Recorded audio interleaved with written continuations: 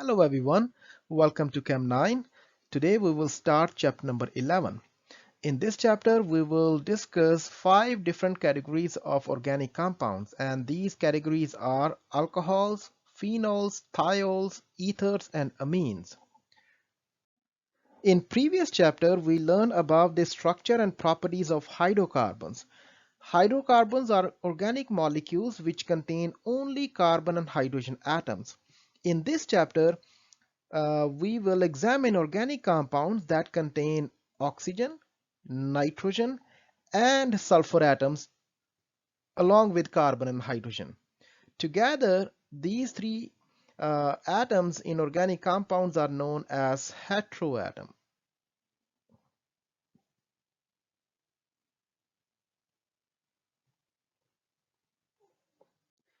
In organic compounds, these atoms are present as a special group, and these groups are known as functional groups. So in this chapter, we will begin with introduction to various functional groups. Depending on what functional group any organic molecule uh, is present, that organic compound will be categorized as either alcohol, phenol, thiol, ether, and amine. Uh, So therefore, these 5 different compounds are actually categorized based on the functional group which is present in them. So first, we will begin with the alcohol functional group. Alcohol functional group is O and H. It's a hydroxide. And then we will discuss about phenols. Now phenols are aromatic organic compounds which contain the OH group, or the functional group is still the OH, but it is present in aromatic compounds. And then the third category is thiols. In thiols, the functional group is sulfur and hydrogen, so it's SH. Ethers are those organic compounds which contain oxygen only as a functional group. It will be bonded to 2 different alkyl chains. And finally, amines are those organic compounds which contain ammonia based functional groups. So it will be NH2 uh, or some other ammonia based functional group. As discussed earlier, many organic compounds contain atoms other than carbon and hydrogen, such as oxygen, nitrogen, and sulfur, and these atoms are known as heteroatoms. These heteroatoms are integral part of functional groups. Functional groups are characteristic arrangement of atoms and bonds that function in a specific way in certain chemical reactions. To predict the properties of an organic compound, we generally look to the functional groups of that molecule. Functional groups are found in almost all naturally and synthetic organic compounds. For example, in case of heroin and another drug fentanyl, the chemical structures are shown here, and as we can see that these compounds contain aromatic rings which are also a functional group. They contain amine functional group. On top of that, they also contain ester functional group.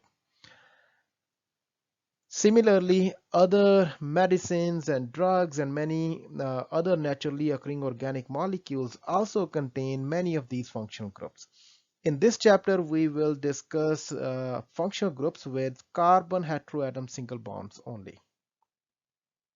In previous chapter, we learned about alkanes, alkenes, alkynes, as well as aromatic compounds.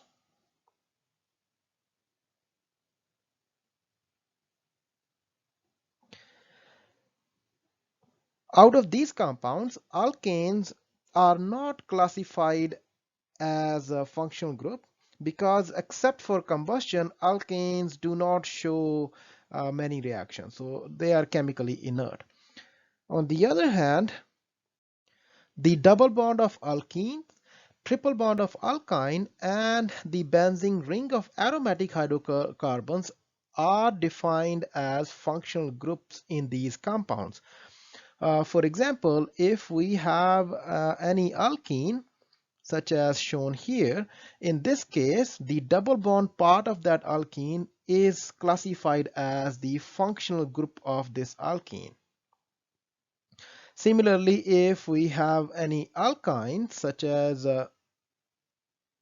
propyne shown here, the functional group of this entire molecule is the part where the triple bond is located. So this yellow highlighted portion is the functional group of this molecule.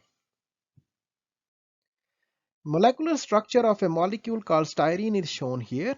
Styrene is a molecule which is a precursor to make a polymer called polystyrene. Let's try to identify what kind or how many different kinds of functional groups are present in styrene. So first functional group which we can see here is a aromatic ring. So this yellow portion, so this functional group is the aromatic functional group.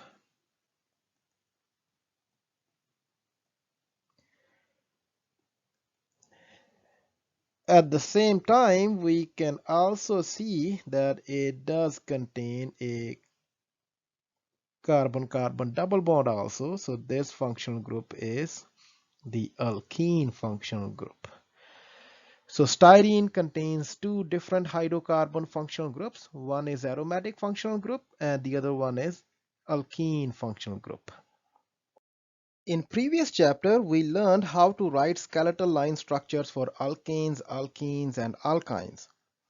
In order to write these skeletal line structures of molecules containing heteroatoms, two additional rules are applied. The first rule is that all heteroatoms must be shown in the skeletal line structure. For example, a Lewis structure of organic molecule which contains an oxygen heteroatom is shown here. When we convert this Lewis structure to skeletal line structure, all carbon and hydrogen atoms are not shown in the skeletal line structure. However, the oxygen is represented in or is shown in the skeletal line structure. It is understood that carbon number 1 is here in this corner and carbon number 2 is present here and so on. There is no need to show carbon and hydrogen because we don't show carbon and hydrogen atoms in skeletal line structure. However, heteroatoms such as oxygen, nitrogen are always shown in the skeletal line structure. One thing should be noted that in skeletal line structures, the non-bonding electrons can be omitted. There is no need to show the non-bonding electron. Non-bonding electrons are the lone pairs. So these lone pairs, there is no need to show. Although this Lewis structure does show the lone pair of electrons, so these electrons are shown here, but there is no need. So we can simply write this structure this way. So this is the first additional rule while writing the skeletal line structures of organic molecules with heteroatoms. The second additional rule is that all hydrogen atoms bonded to the heteroatoms must be shown. We know that in skeletal line structures, we do not show carbons and hydrogens present in the organic molecules. However, hydrogens which are bonded to the heteroatom, as shown in this Lewis structure, it must be shown in the skeletal line structure. So as you can see in the skeletal line structure, the hydrogen in blue color, this one is shown in the skeletal line structure. There is no need to show the bond between the oxygen heteroatom and hydrogen, so we can simply show it this way, but the atoms should always be shown in the skeletal line structure. So these are two additional rules when we convert Lewis structure of an organic molecule with heteroatom to skeletal line structures. Let's convert these Lewis structures to skeletal line structures. All of these molecules do contain some kind of heteroatom. For example, in molecule number 1 and molecule number 2, or A or B, it contains oxygen heteroatom. In structure C, we have nitrogen heteroatom, and in structure D, we have sulfur heteroatom. So let's start with A.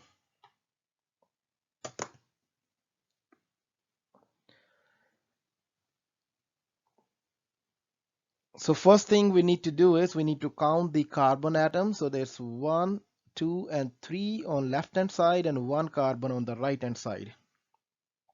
And carbon chains are shown by zigzag. So let's convert the A molecule to skeletal line structure. So there were 3 carbons. So that's number 1 here. That's number 2. That's number 3. So those are our 3 carbons, and hydrogens are understood that they are bonded there, and then it is linked to oxygen, and heteroatom is shown, and then finally one additional carbon atom on the right hand side. So this is the answer for molecule A. So for molecule B, again we can count there are 1, 2, and 3 carbon atoms on left hand side. So chain of 3 carbons we will show with the zigzag line. So that's 1, 2, and 3. And then next is our heteroatom O. And remember, the hydrogen connected to heteroatom must be shown. So this is the hydrogen connected to heteroatom. For molecule C, there are 3 carbons on the left hand side and 2 carbon chain on the right hand side. In the middle we have nitrogen heteroatom. So again 1, 2, and 3, and that's the nitrogen heteroatom. And remember, there is a hydrogen connected to it. And as you remember, when we convert the Lewis structure, remember the angle. So therefore the hydrogen, I'm showing it on the top side, and then the 2 carbon chains here. So this is the skeletal line structure of molecule C. And finally for molecule D, so we have a straight chain with 4 carbon and a branched linked here, and then we have a heteroatom on the right hand side. So let's first make zigzag chain of 4 carbon. So that's 4 carbon. So from left hand side on second carbon there is a branched with 1 carbon, and then to the 4th carbon we have a sulfur heteroatom. No need to show the non-bonding electrons, the lone pair, so I'm going to omit those. And then the hydrogen connected to the heteroatom must be shown. So this is the answer for molecule D.